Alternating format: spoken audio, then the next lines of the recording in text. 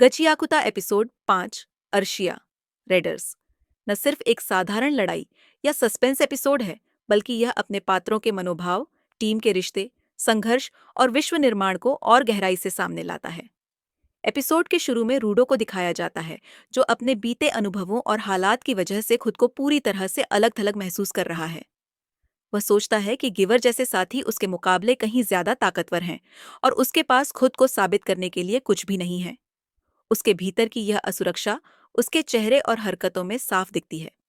तब ग्रिस, जो कि रूडो का दोस्त और मार्गदर्शक है, उसके पास आता है और सच्चे दिल से उसको यह समझाने की कोशिश करता है कि इंसान को अपनी ताकत और मकसद की खोज खुद करनी पड़ती है और हर किसी का रास्ता अलग होता है।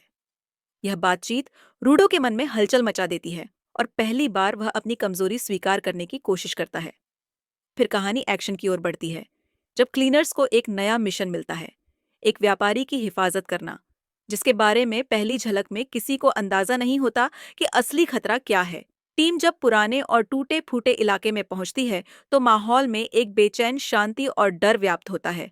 जैसे ही वे बिल्डिंग में घुसते हैं, जमीन उनके पैरों तले से खिसक जाती है और वे सीधा एक जाल में फंस जाते हैं। पता चलता है कि यह जाल रेडर्स की चाल थी, जिन्होंने चुपके से क्लीनर्स को फंसाने, मारने या उनकी शक्तियां हड़पने की योजना बनाई थी। रेडर्स की पहली झलक डरावनी है।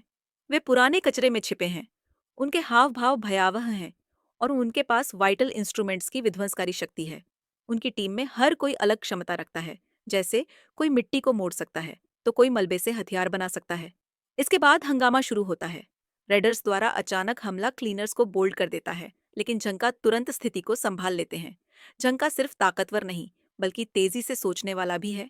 वह अपने गिविंग आर्ट की मदद से टीले और दीवारें बनाता है, टीम की रक्षा करता है और रेडर्स पर जवाबी हमला करता है। इन लड़ाइयों के बीच यह भी दिखाया गया है कि क्लीनर्स एकजुट होकर अपना हर डर पार करने की कोशिश करते हैं। रूडो खुद को जल्दी ही संभाल लेता है और चतुराई से स्थिति को देखने की कोशिश करता है। टीम वर्क के कई खूबसूरत पल यहाँ आते हैं। हर कोई अपनी कमजोरी स्वीकारते हुए भी सामने खड़ा है, एक दूसरे को सहारा दे रहा है। जब दर्शकों को लगने लगता है कि झंका लड़ाई जीत ही लेंगे, तब सबसे खतरनाक रेडर जैबर वॉन्गर का धमाकेदार एंट्री होती है। उसकी मौजूदगी पूरे माहौल को बदल देती है। वह विशाल, खतरनाक और चालाक है।